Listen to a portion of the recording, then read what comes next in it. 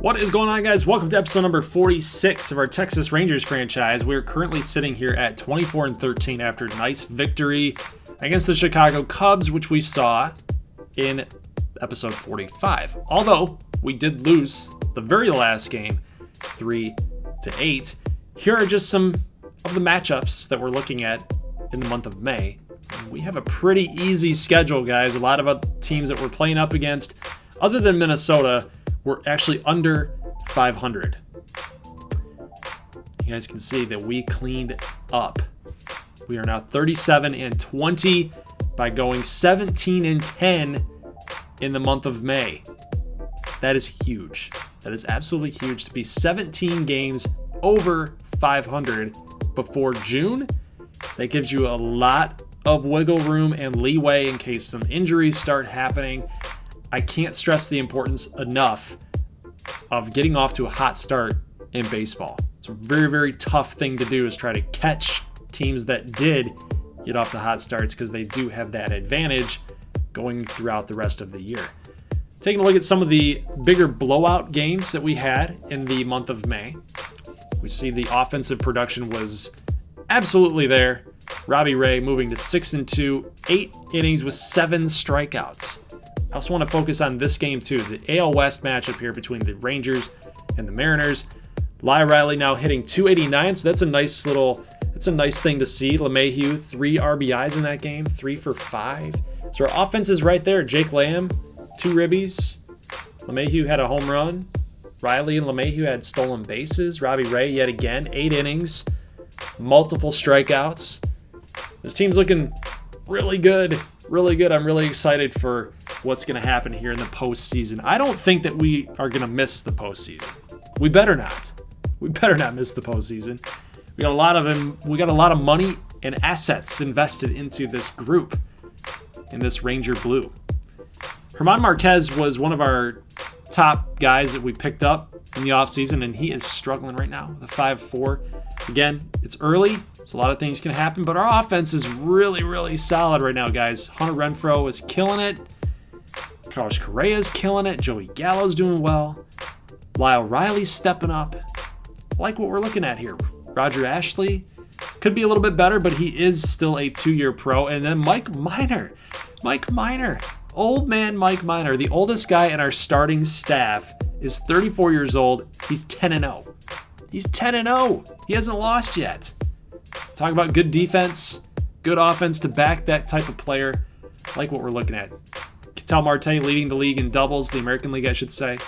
Correa leading in batting average with 352 and RBIs at 49.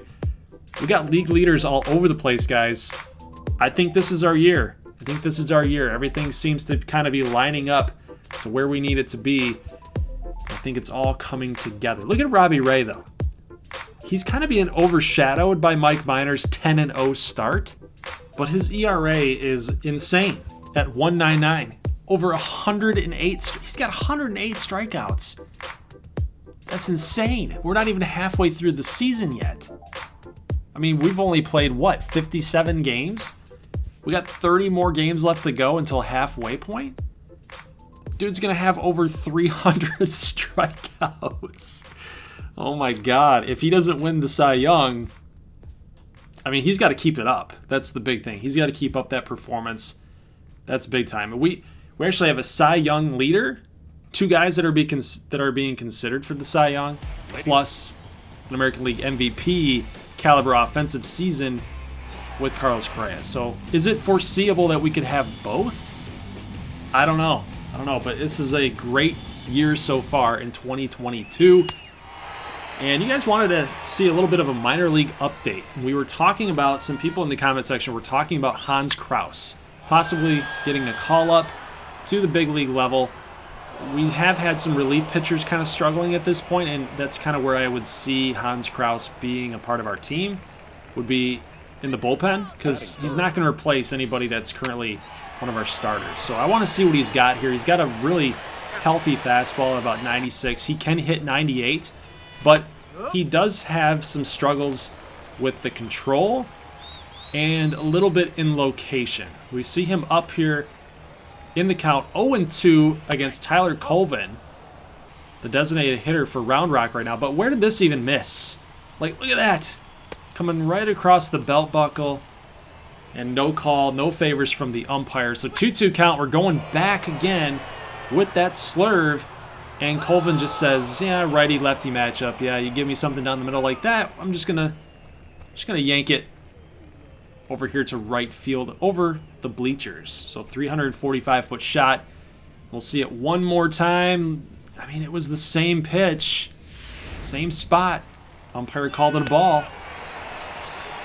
So what would have been a strike 3 of the third out of the inning turns into a 2-0 lead for the Express. Facing off against Corbin Martin. So if you guys want to know who the affiliate is, that's kind of an indication. That's a little bit of a hint. It would be the Houston Astros. We get the Nashville sound against the Round Rock Express. Rangers, Astros, basically. Unfortunately, though, Nashville can't stretch any offense across in the bottom of the first inning, as Abania is going to strike out. So then we have here in the top of the second, Crouse is getting his strikeout mojo back here. He had one strikeout in the first inning, gets another here in the second. Here comes Andoni Del Solar. He's about a 77, 78 overall player. I really like him. He's our left fielder, along with Steven Young. Really like this guy too. Really like this right fielder too. He's got a nice arm. He's got a cannon in right field. He's fast. His contact numbers are great, although he does kind of luck out here as he's going to just go ahead and round first and head for 2 off the misplay by that right fielder. So unfortunately, he couldn't come up with the ball on the diving catch, and watch the speed, like the effort. That's the big thing with Young. I really liked right here is the effort. Basically, he's looking at that like, hey, it's a 2-0 game. We need runners in scoring position right now, and this guy dove. It looks like he's going to dive. It's going to be a close play. I might as well run hard. If he makes the catch, he makes the catch. If he doesn't, I could even probably get to 3, depending on if it caroms off something too. So you never know. You never know. You always want to play the game the right way and play it hard. So that's one thing I really like about Steven Young. So unfortunately, guys, we're not going to be able to capitalize on Young's double as we go to the bottom of the third inning. Here's Valoria, who's going to round first and head for 2 himself. So another young player being really aggressive, and he's going to slide in safely with that double. Who knows? That was a really great play by center fielder. Maybe if it went all the way to the wall, he could be at third. Even with that 21 speed, we could be at third. But unfortunately, guys, for the first 3 innings, we have not been able to capitalize with runners on base. Maybe that has something to do with outs before we get runners on base, as we do get this inning started off correctly, as Diego Corona going to get a single, seeing eye single past shortstop, but unfortunately Andoni Del Solar going to ground out, and we can't do anything in that inning anyway. Tito Polo going to strike out as Hans Crouse does his job in the top of the 5th inning. Maybe Valoria comes up again and stings the baseball, but of course right fielder is right there to make the catch. And our offense, yet again, is silenced. Let's go to the top of the 6th inning as we have a run around first here. So we do get the first out of the inning. And here comes Beer. 2-run shot. So Round Rock is got a mission to send Hans Crouse to the showers early, perhaps to have a beer. It's going to be 4-0. Andy Ibanez, our second baseman, who's also swinging a really hot stick right now. He's going for 2. So we're getting doubles. We're getting extra base shots. We're getting extra base hits. We're just not capitalizing. So please, with runners on the corners, can we capitalize, Andoni Del Solar? Gonna almost check his swing on a inside pitch, and he's gonna pop up to third. Here's a stolen base attempt by none other than Steven Young. And slide in safely. So we got something working here. There's a really nice jump off of Corbin Martin in the bottom of the 7th here. Here is Don Parks. Base hits up the middle. We're going to go ahead and round third and head for home. It's a little bit shallow, but we're going to make it. We're going to make it. So we finally get our first run across the board. Can we get more? Valoria is going to send this all the way to the warning track, but it looks like the right fielder does have a beat on it, so really good read here by Parks. Was on a steal, had to go back because of the catch, tagged at first, and still got there to second base. So it still gives us a shot here at another run if the struggling Jose Trevino can come through, which, of course, he cannot. So we're going to go to the top of the 9th inning as it is 4-1, and this ball is going to go all the way over the Riverboat Field sign. And Tito Polo is going to hit that 2-run shot. Here comes Josh Fuentes in a 6-1 game. You guys are familiar with Josh Fuentes. He hits a home run. He might go 1 for 4, but he gets a home run in the box score. All the time. It's what he does. He never gets multi-hit games. So unfortunately, we lose. Nashville Sounds. We're going to lose this game. Offense, I don't know. You can't really say it came through in the end because we lost. But it was nice to see that 2-run home run. It was nice to see the amount of doubles that we had in the game. That was good. The steals from Young, the effort, gap shots with Valoria swinging the hot stick. I like what we saw, but I think that it was just kind of a bad game that chalked up as just kind of bad luck. That's all. So let's go to this major league game between the Oakland Athletics and the Texas Rangers. We have Roger Ashley on the mound, 4-4 record, and he's already got the A's going 1, 2, 3 in the top of the first inning as Mazar makes a really nice catch on one of the players that's kind of trailing Carlos Correa with that .352 batting average, Stephen Piscotty. So he's having a .338 type of year here in the early part of June. Chris always been struggling a little bit, but he's going to lead us off with a base hit. So the very first pitch, right out of the gate, he sends it right past Matt Olson, the first baseman, and getting that single. Correa, though, against Megden with that changeup, he's going to get fooled and he's going to strike out. Gallo going to pop up to the catcher. It's going to be the third out in the first inning. All right, let's go to the top of the second here, and a nice little cut fastball that is going to strike out Matt Olson here. And here comes Marcell Ozuna. Going to be chasing at an 83 off speed. So Ashley's still looking good here. Here's Mazar going to get a base hit as long as Profar can't pick it up and throw it back to first in time. He will not. So Mazar gets the second base hit for the Rangers. But Palma sends a ground ball here to Profar. Makes a really nice play. He's shooting for that double play. Palma does make up for it, though, by grounding into that fielder's choice, as he's going to get a really nice jump off of Megden to get the stolen base.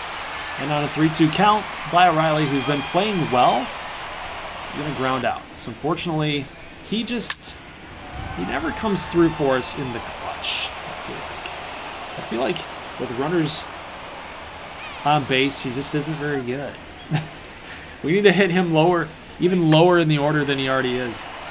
All right, let's go to the top of the third as our offense still can't come through. Ashley does give up the first base hit of the game, and he's still continuing that momentum into the fourth. 39 pitches in the top of the fourth here. He gets another strikeout. Here's a pop-up to third baseman. That's LeMahieu. And we're out of a little bit of a mini jam, and it's still 0-0. Let's go to the bottom of the fourth inning here with Joey Gallo. He's going to swing and a miss at that Megden changeup. That's really tough to time. Like, it falls off the table. So we got to be aiming low. If we see something high, we got to be aiming low. It seems opposite, but Joey Gallo is going to come through. It was a changeup yet again, and he's going to just rocket this thing all the way into that upper deck, that second level. And we're going to get a stat track on this and just see like what it is. Show track, excuse me. 450 feet. That's a shot. So 1-0 Rangers. We do get a base hit here for Jake Lamb, but pass ball or wild pitch, however you are going to score that at home. Now we got a runner on second base. That's Jake Lamb. So Mazara's got to come through for us here. Here's a fly ball deep. Oriano is chasing. He's a good defender in center field, but he misses. He makes a jump for it, but he misses. We were thinking about sending Jake Lamb from third to home, but we are going to hold everybody up because a sacrifice gets the run in. That's all we need. Here comes Alexander Palma getting the start here in center field. Does not have a base hit all year long, and that one right there is going to go right through second and short up the middle, and 2 runs are going to score. That's Mazzara sliding in safely. And there you go. Oh, I like that. I like that from Palma. You see that? Point up he had the 2. He had the 2 for 2 RBIs. I like it. I like it. So 3-0 game here, and we're looking to Roger Ashley to shut the door. Already into the 6th inning here as Murphy is going to strike out. Here comes Cates. He's going to fly out to left fielder Joey Gallo for the 2nd out in the 6th inning. Things are looking good. He still has only given up 1 hit all night long. And if you're keeping track of the environment here at the game, it's raining right now. Got a little bit of rain in the forecast. So if that's going to play a factor, we'll have to see. We get a first out here in the top of the 7th. 2nd out, excuse me. We have 2 outs in the 7th inning. And of course, here comes the rain delay. However, it's only going to be for 45 minutes. So we're just going to say, you know what, Roger? You're pitching really well. You might as well just stay out there. 45 minutes is actually a long time. Thinking about it, probably should have just pulled him. In real life, I probably would have done that. Probably would have pulled him. But on an 0-2 count, Marcelo Ozuna is going to fly out here to Palma in center field. And Ashley's night is going to be done. 1 hit through 7 innings for Roger Ashley. And if we can hold on and get this W, he's going to move to 5-4. And be an above 500 pitcher at the start of June. It's going to be good for the young guy's confidence. We see the numbers there. 79 pitches, 5 strikeouts, 7 innings, 1 hit. I'd pretty much classify that as a gem. I don't know about you guys, but I think he pitched a gem. And look at Joey Gallo helping out Rafael Montero here. That is an amazing route that he took to the baseball to get there. I don't know how he did it. I have no idea. I don't even know if he's going to get to this one. Is he going to get there? Oh my God, Joey Gallo. That's why you've got that gold shield for your defense, man. Love it. So we're going to hold the Athletics still to no runs as we're going to the bottom of the 8th inning. So basically, if we can get some insurance, that'd be really nice. But unfortunately, Chris Owings is going to ground out into a double play. And it is up to DJ LeMahieu to keep us going here for those insurance runs. And a nice play by Profar jumping up for the catch. So we're going to actually call on Justin Wilson here to face off against the 3 batters here for Oakland. Because normally I would be putting Jose Leclerc out there, but you know, he's one of the American League leaders in saves. But this stretch of Oakland A hitters are really bad against lefties. So Simeon's going to strike out. We got Piscotty here, who is actually worse power number-wise against lefties. So I figured, why not go after him here with Justin Wilson and pick up a nice little cheap little save here to end the game. And that's what's going to happen, guys. We get the dub. We get the W in a rainy, wet, nasty condition here in Texas. We get the job done. Roger Ashley was great. Palma was pretty much our offensive hero. I don't know, I guess you could say Joey Gallo getting that thing started with that solo home run gave the team some confidence a little bit, but we didn't really do much. We did not do much. We didn't walk once. We had 7 hits, but that 2 RBI single up the middle by Palma was really the deciding factor. So guys, that's it for today's Texas Rangers episode. Leave a like if you like this thing, and I will see you later on next week for the next Rangers upload. As always, peace.